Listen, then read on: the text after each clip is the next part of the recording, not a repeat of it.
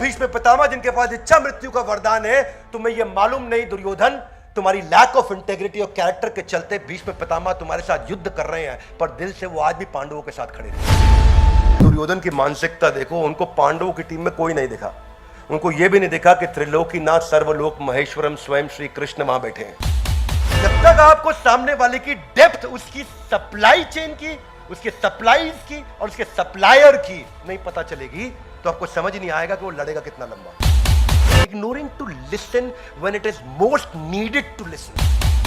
आप इतने अच्छे नहीं हो जितना अपने आप को अच्छा समझते हो, और सामने वाला इतना कमजोर नहीं है जितना आप उसको कमजोर समझते हो।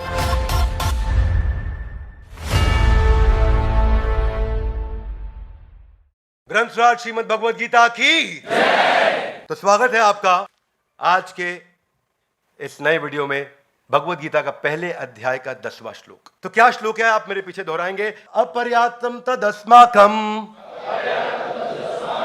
बलम भीष्माभिरक्षितम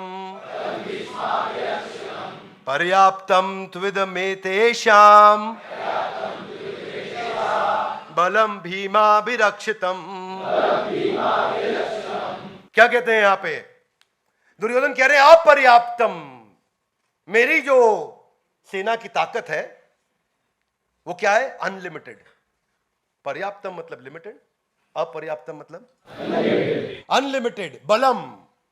और क्यों मैं अपर्याप्तम अनलिमिटेड स्ट्रेंथ के साथ आया हूं? दुर्योधन हूं मैं, मालूम है ना किसको बोल रहे हैं? द्रोणाचार्य को। द्रोणाचार्य भी सोचते होंगे पता नहीं कैसा शिष्य पाल लिया मैंने, कहां से आ गया ऐसा शिष्य। और बता रहे अपर्याप्तम। अब युद्ध हो रहा है सामने, दुर्योधन तैयारी का टीम को इंस्ट्रक्शन देना, इंस्पायर करना, तो लगा हुआ अपनी तारीफ करने में। और क्या कह रहे हैं? कह रहे क्योंकि भीष्माभिरक्षितम, मेरे पास भीष्म पितामह है। यह बात ठीक है, क्योंकि भीष्म पितामह बहुत शक्तिशाली है। भीष्म पितामह के पास उनको सारे के सारे मिलिट्री आर्ट्स में, इकोनॉमिक आर्ट्स में, वॉरफेयर में, पॉलिटिकल साइंस में, सब में एक्सपर्ट थे। वो खुद ही एक देवता, 33 करोड़ देवताओं में से एक है वो भीष्म पितामह। और बता रहे हैं भीष्म पितामह में, क्योंकि उनके पास इच्छा मृत्यु का वरदान है। आप सबको जानकारी होनी चाहिए। और फिर सामने क्या कह रहे हैं? पर्याप्तम इदम एतेषां बलम भीमाभिरक्षितम। हमारा तो अपर्याप्तम, उनका पर्याप्तम, मतलब उनकी ताकत लिमिटेड। हाथ आगे लाई क्यों? कह रहे हैं उनके पास ले दे के खाली भीम है। दुर्योधन क्या बोल रहे हैं? उनके पास ले दे के खाली भीम है। हमारी टीम तो इतनी बड़ी, पीछे हम पिछले वीडियो में चर्चा कर चुके हैं, और इनकी टीम में देखो कोई है ही नहीं, भीम है खाली। ले दे के इन्होंने केवल भीम का नाम लिया। Let's read the translation. हमारी शक्ति अपरिमेय है और हम सबके पास पितामह द्वारा भली भांति हम संरक्षित हैं, जबकि पांडवों की शक्ति देख लो, वो तो केवल भीम है। उनको पता है भीम क्यों याद है? भीम भी ना बोलते वो श्लोक में दुर्योधन। भीम भी उनको इसलिए याद आया क्योंकि बचपन में उन्होंने भीम से खूब कुटाई खाई थी। इस चक्कर में केवल भीम याद आया उनको। अर्जुन याद नहीं आया, युधिष्ठिर याद, कोई याद नहीं। अर्जुन, अर्जुन है भाई, तुम्हें अर्जुन याद नहीं आ रहा है। वो इसलिए है क्योंकि ना जो एक्सट्रीम इमोशन होता है वो कभी भूला नहीं जाता है।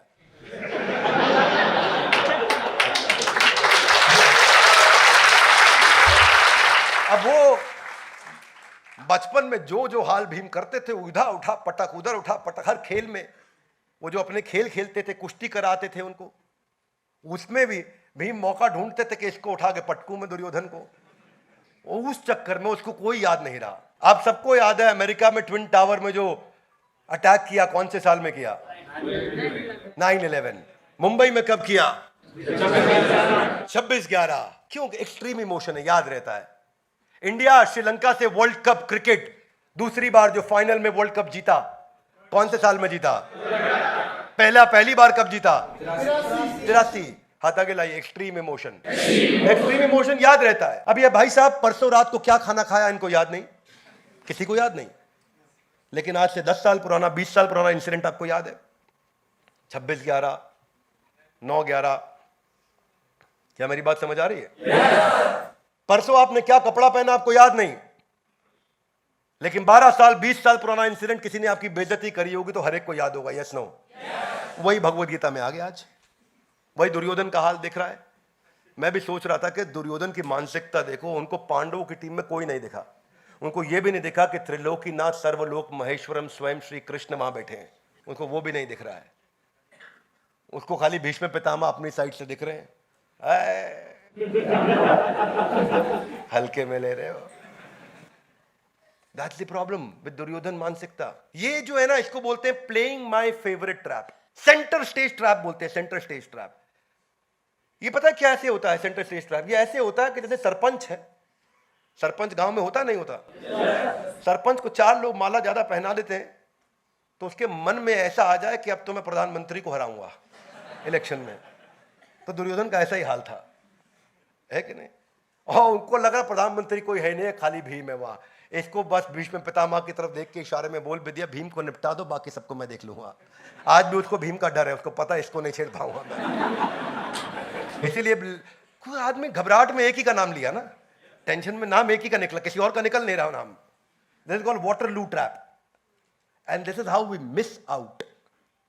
ये क्या इमोशन पे चल रहा है, वो मिस्ड आउट, इतना ऑक्यूपाइड है वो अपने ग्लोरिफिकेशन में कि कंपटीशन को एसेस नहीं कर पा रहा। उसको ये समझ नहीं आया कि जो भीष्म पितामह जिनके पास इच्छा मृत्यु का वरदान है, तुम्हें ये मालूम नहीं दुर्योधन, तुम्हारी लैक ऑफ इंटेग्रिटी और कैरेक्टर के चलते भीष्म पितामह तुम्हारे साथ युद्ध कर रहे हैं, पर दिल से वो आज भी पांडवों के साथ खड़े थे। वो चाहते ही नहीं थे कभी पांडव हारे, वो चाहते थे पांडव जीते। अंदर से भीष्म पितामह हमेशा चाहते थे पांडव जीते हैं, कृष्ण को प्रणाम करते थे वो। तो ये कंपटीशन एनालिसिस करना ना कर पाना कि कंपटीशन इतने दिन में, उसको क्या लगा दुर्योधन को, हम लोग राज्य में, हम लोग सत्ता में, हम लोग पावर है, हम एस्टैब्लिशमेंट है, ये एंटी एस्टैब्लिशमेंट है, ये इनके पास पावर है नहीं, ये बहुत दिनों से वनवास के बाद आ रहे हैं लौट करके, अज्ञातवास के बाद आ रहे हैं लौट के, इनके पास क्या है? ना सेना थी, ना ताकत था, ना धन था, ना ऐश्वर्य था, ना कुछ था। ये 5 पांडव जंगल से घूमते फिरते आके थोड़ी बहुत टीम बना के खड़े हो गए, केवल भीम है। दुर्योधन ये समझ नहीं पाया कि इतने दिन में ये कितने स्ट्रैटेजिक अलायंस करके आए हैं। वो समझ नहीं पाया कि इतने दिन में ये कितने राज्यों के साथ पार्टनरशिप करके आए हैं। वो समझ नहीं पाया इतने दिन में कितनी इंटरनेशनल अलायंसेस को साथ में लेकर के आए हैं पांडव। वो समझ नहीं पाया कि स्वयं श्री कृष्ण ने वहां पे, जो उसने खुद बहुत बड़ी गलती करी, जब कृष्ण अपने शयन कक्ष में आराम कर रहे थे और यह डिसीजन होना था कि कृष्ण किसकी तरफ होंगे, तो दुर्योधन पहले वहां पहुंचे, थोड़ी देर उनके चरणों के पास बैठे रहे और सोचे मैं राजा तो मैं हूं, क्यों चरणों पे बैठूंगा, सर के पास चले गए। इतने में अर्जुन बाद में आए और दोनों वेट करे कि भगवान की नींद खुले तो उनसे बात करे। भगवान की नींद खुली तो भगवान ने पहले अर्जुन को देखा, सामने मेरे चरणों में बैठा है। दुर्योधन ने कहा पहले मैं आया हूं, बात पहले मैं करूंगा। बोले आप पहले आए हो, लेकिन अहंकार के चलते आप आके मेरे सर के पीछे बैठ गए, वो मेरे चरणों में बैठा है, तो पहले बात करने का अवसर अर्जुन को दिया जाएगा। अर्जुन बताओ तुम्हें क्या चाहिए? तुम्हें मेरी नारायणी सेना चाहिए या मेरा मॉरल सपोर्ट चाहिए? दुर्योधन टेंशन में, वो बहुत टेंशन में, ये नारायणी सेना ले गया तो मेरा गेम ओवर ना हो जाए। ले दे के पांडवों के पास तो कृष्ण की सेना आनी थी और कुछ था नहीं। उसका कंपटीशन एनालिसिस इतना कमजोर। क्या होता है, स्टार्टअप आता है, सोचता है बाजार में मैं भी यूनिकॉर्न हो जाऊंगा, अभी रातों रात यूनिकॉर्न हो जाए। क्या बात कर रहे हैं, ऐसे फंडिंग आ रही है, बाहर ही तो खड़ा चेक लेकर के। ये सोच करके जो है अपना कूद जाते हैं बाजार में, देखते नहीं, प्रोडक्ट को समझते नहीं, मार्केट की प्रॉब्लम को समझते नहीं, कंपटीशन को समझते नहीं, और अपना सेल्फ ग्लोरिफिकेशन में आ गए और ये समझाने में लगे कि मैं कितना इंटेलिजेंट प्रोडक्ट लेकर के आऊं, मेरा आइडिया स्टार्टअप का देखो। और वही दुर्योधन ने वहां पे टेंशन में आ गया, अर्जुन मांग लेगा। तो जब पूछा भगवान ने क्या चाहिए अर्जुन तुमको, तो उन्होंने कहा कि भगवान मुझे नारायणी सेना नहीं चाहिए, मुझे स्वयं नारायण चाहिए। मुझे नारायणी सेना नहीं चाहिए, मुझे स्वयं नारायण चाहिए। उधर से दुर्योधन मंद मंद मुस्कुरा रहा, बहुत बेवकूफ निकला ये है, इतना मंद बुद्धि होगा अर्जुन मुझे मालूम नहीं था। तो यहां दुर्योधन चेक भी कर लिया, भगवान आप क्या करोगे इनकी तरफ से, आप तो मॉरल सपोर्ट दे रहे हो। तो उन्होंने कहा हाँ अर्जुन ध्यान रखना, मैं युद्ध में पार्टिसिपेट नहीं करूंगा, मैं खाली बैठूंगा, कोई गाइडेंस चाहिए हो तो ले लेना, कहो वो ज्यादा से ज्यादा तुम्हारा ड्राइवर बन जाऊंगा, इससे ज्यादा कुछ नहीं करूंगा, युद्ध नहीं करने वाला मैं। तो अर्जुन ने कहा भगवान जिसके पास आप आ गए उसके पास सब आ गया, मेरे को आपकी मेंटरशिप, आपकी गाइडेंस, आपकी कोचिंग, आपकी टीचिंग, आपकी एडवाइस चाहिए बस। आपकी शक्ति आ जाए तो सब हो जाएगा। दुर्योधन को एक्चुअली लग रहा था कि जब भगवान ये बात बोल रहे हैं ना कि भाई मैं युद्ध नहीं करूंगा, अर्जुन दोबारा कंसीडर कर लो अपने डिसीजन को, मैं केवल तुम्हारे साथ रहूंगा, एडवाइस दूंगा, युद्ध नहीं कर। तो दुर्योधन दोबारा टेंशन में आ गया, भाई अर्जुन डिसीजन ना बदल दे कहीं। और अर्जुन डिसीजन नहीं बदला, अर्जुन टिका रहा। अर्जुन बोला भगवान आप ही चाहिए, नारायणी सेना में क्या करूंगा, जिसके पास नारायण है, सेना तो उसी की बनाई हुई है, वो इस सेना को दोबारा बना देंगे। दुर्योधन के साथ दुर्योधन एकदम खुश छलांग मारा। दुर्योधन ने बोला अब तो भाई देखो बची कची कृष्ण की सेना उनको मिलनी थी, वो भी हमारे पास आ गई। तो we are living in a society of limited self reflection. इतना लिमिटेड सेल्फ रिफ्लेक्शन है हमारा। The opinion that how I am better than the other person, इसको बोलते हैं above average syndrome.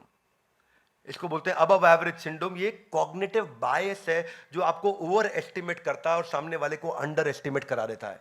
You are not good at judging other people and estimating their strength and power, so you become more prone to making a lot of mistakes.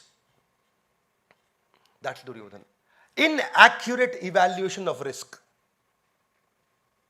वो risk को evaluate नहीं कर पाया दुर्योधन कि सामने वाले क्या क्या तैयारी करके बैठे हैं। वो अपनी टीम की तारीफ कर रहा है और ये अंडर एस्टिमेशन जो था इसने फंसा, क्योंकि अभी तक केवल अपनी तारीफ कर रहा था, अब यहां ये भी बता दिया कि सामने वालों में तो केवल भीम बैठा, वहां कोई है ही नहीं।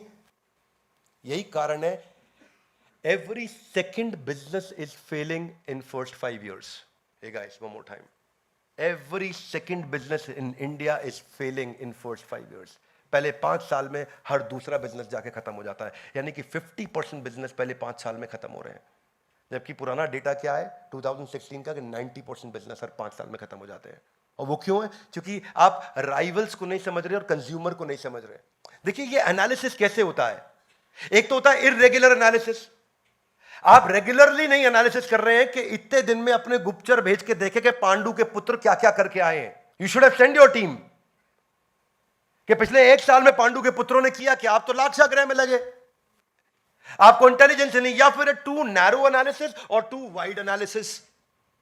टू नैरो एनालिसिस मतलब अपनी तारीफ करते जा रहे हैं, और टू वाइड एनालिसिस मतलब आप एक्चुअली एसेंसी मिस कर गए। इतना दूर से इतना बड़ा बड़ा, इतना दूर से इतना हेलीकॉप्टर व्यू देखा कि आपको एक्चुअली समझ ही नहीं आया कि हुआ क्या, पीछे टीम कितनी है और कितनी डेप्थ है और कितनी विड्थ है और क्या वाइड असॉर्टमेंट है, कि डीप असॉर्टमेंट है, कि स्क्रैम्बल्ड असॉर्टमेंट है, आपको समझ ही नहीं आया। ये सारे डेंजरस है। आपको ये पता नहीं कि सामने वाली टीम की लिक्विडिटी क्या है, उसकी प्रॉफिटेबिलिटी क्या है, वो कितना कैश रख के बैठा है कंपटीशन। जब जियो आया था बाजार में, इतना कैश लेकर के आया था कि सबका गेम ओवर किया उसने। आपको राइवल को समझना चाहिए कि एयरटेल इतनी बड़ी स्ट्रेंथ से केवल एयरटेल बचा, बाकी सबका मर्जर डीमर्जर और सबका गेम ओवर हो गया। आप जानते हैं जियो का सारा एक्सपीरियंस, कितने लोग तेजी से जियो पर स्विच किए। जब तक आपको सामने वाले की डेप्थ, उसकी सप्लाई चेन की, उसके सप्लाईज की और उसके सप्लायर की नहीं पता चलेगी, तो आपको समझ नहीं आएगा कि वो लड़ेगा कितना लंबा। सप्लाई और सप्लायर्स, कितनी सप्लाईज है और कितने सप्लायर्स हैं।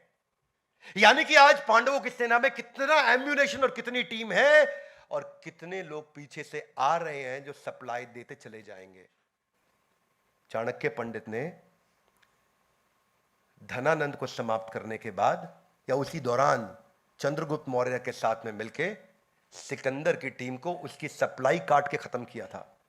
पोरस ने भी यही किया। Are you with me loudly? Yes no? पीछे से तो सप्लाई आ रही थी, उसको खत्म किया, आगे की टीम खत्म।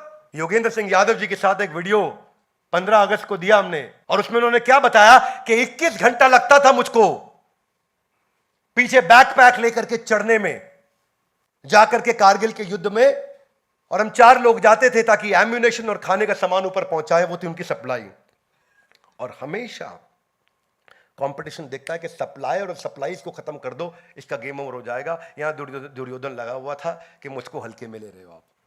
दुर्योधन बिल्कुल भटका हुआ था, वो समझ नहीं पा रहा था। ब्लॉकबस्टर ये वो कंपनी थी 1985 से 2010 में जाके बैंकरप्ट हुई। मैसिव बिजनेस, वीडियो गेम और होम मूवी रेंटल्स के अंदर सबसे बड़ा जायंट था दुनिया का। आपकी जानकारी के लिए 85,000 एम्प्लॉय थे, 10,000 आउटलेट पे काम किया करते थे ब्लॉकबस्टर में। इतनी बड़ी ऑर्गेनाइजेशन थी ब्लॉकबस्टर। मूवी देखनी होती थी पहले, डीवीडी मिलती थी आपको कैसेट मिलती थी, वीसीआर कैसेट लगाते थे, याद है आपको? टर्मिनेटर मूवी घर पे ला करके देखा करते थे हम, enter the dragon, English movie India में नई नई लोगों ने देखनी शुरू करी थी उस समय। तो ब्लॉकबस्टर, इसके इसके 10,000 स्टोर थे दुनिया भर के अंदर, 2004 में बता रहा हूं मैं आपको, अपने पीक के समय में। पर जो ट्रांजिशन डिजिटल मॉडल की तरफ चल रहा था वो नेटफ्लिक्स लेके आ रहा था।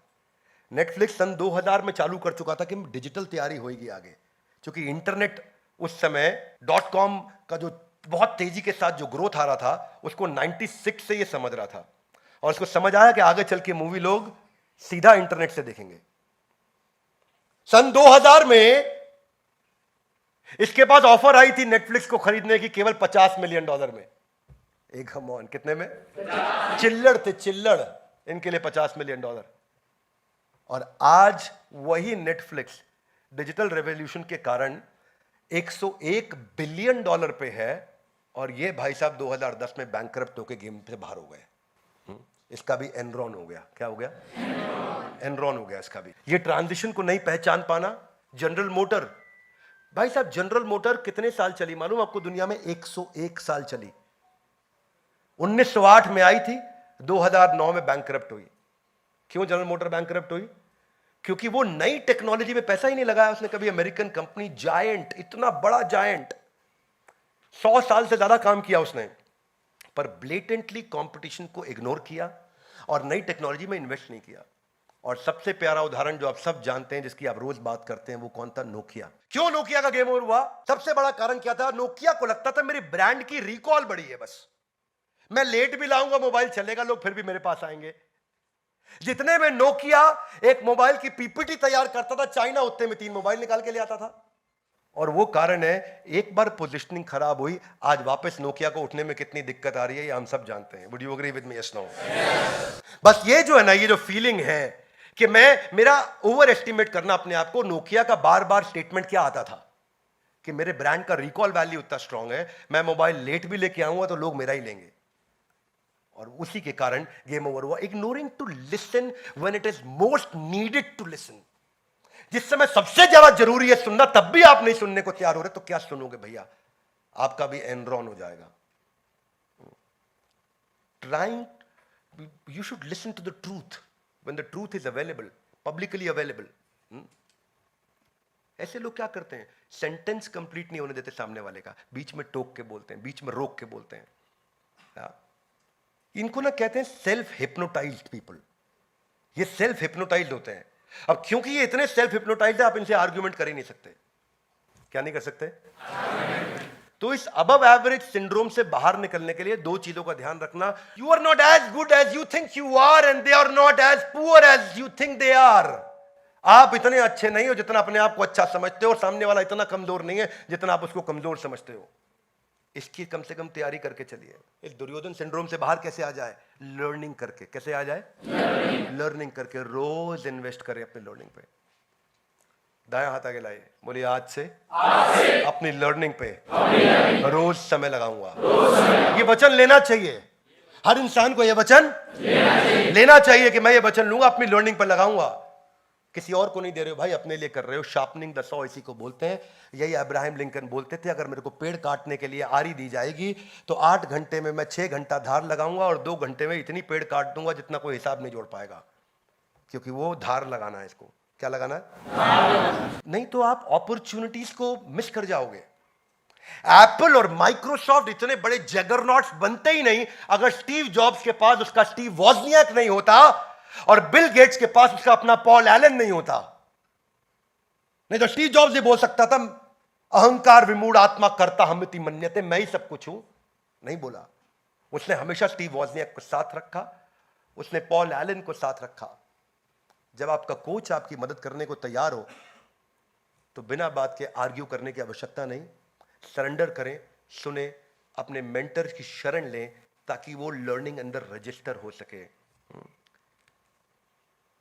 दुर्योधन की मानसिकता से हमें सीखने को मिलता है कि हमें क्या नहीं करना है। ग्रंथराज श्रीमद् भगवद गीता की हो सके तो इस वीडियो को सब तक क्या करिए? शेयर करिए, ताकि ये वीडियो से हम लोगों को इंस्पायर कर सकें, वो अपने चरित्र को और अपने चित्र को बदल सकें। अपने जीवन को बेहतर बना सकें। इस भारत के यूथ को हमारे को नई दिशा देनी है। हमारे साथ जुड़े रहने के लिए, इस वीडियो को लाइक करके हमारा उत्साह बढ़ाने के लिए, इस वीडियो को सही लोगों तक पहुंचाने के लिए आप सबका हृदय की गहराई से प्रेम पूर्वक बहुत बहुत